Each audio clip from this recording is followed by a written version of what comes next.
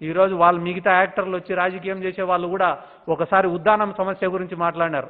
ఆ ఉద్దానం సమస్య గురించి మీరు మాట్లాడినారు అంతే, కానీ ఆ ఉద్దానం సమస్యకు పరిష్కారం తెలిపింది మా నాయకుడు వైఎస్ జగన్మోహన్ రెడ్డి గారు. మత్సుకు ఒకటి చెప్పిన అటువంటిది చెప్పాలంటే గాన కొన్ని లక్షల ఉదాహరణలు ఉన్నాయి. కాబట్టి రాష్ట్రం బాగుపడాలంటే గాన ఇటువంటి వాళ్ళని శాశ్వతంగా రాజకీయంగా దూరం చేయాలా.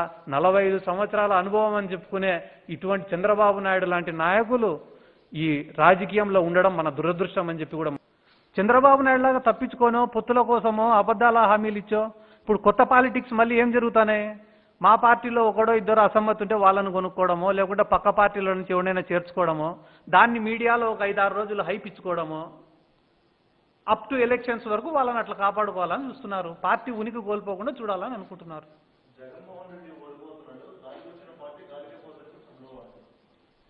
ఇప్పుడు బలమైన పునాదులపైన సామ్రాజ్యాన్ని నిర్మించాలా కానీ బలమైన పునాదులపైన పేకమేడ నిర్మించకూడదు ఎప్పుడైనా కూడా.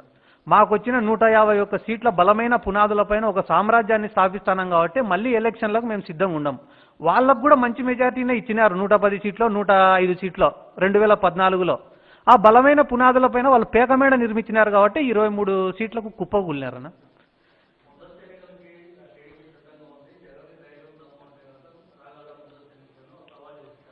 మేము ప్రజలకు ఇచ్చిన మాటలు ఇంకా ఫుల్ఫిల్ చేయాల్సినవి ఉన్నాయన్న. 5 ఏళ్ల పాటు సంక్షేమ పథకాలు ఇస్తాము, 5 ఏళ్లలో హౌసింగ్ చేస్తాము, 5 ఏళ్ల లోపల ఇళ్ల పట్టాలు ఇస్తాము, 5 ఏళ్ల లోపల ఉద్యోగాలు ఇస్తామను రకరకాల వాగ్దానాలు చేసినాము. అవన్నీ నెరవేర్చిన తర్వాత ఎన్నికలకు పోయేదానికి మేము కూడా సిద్ధంగా ఉన్నాము.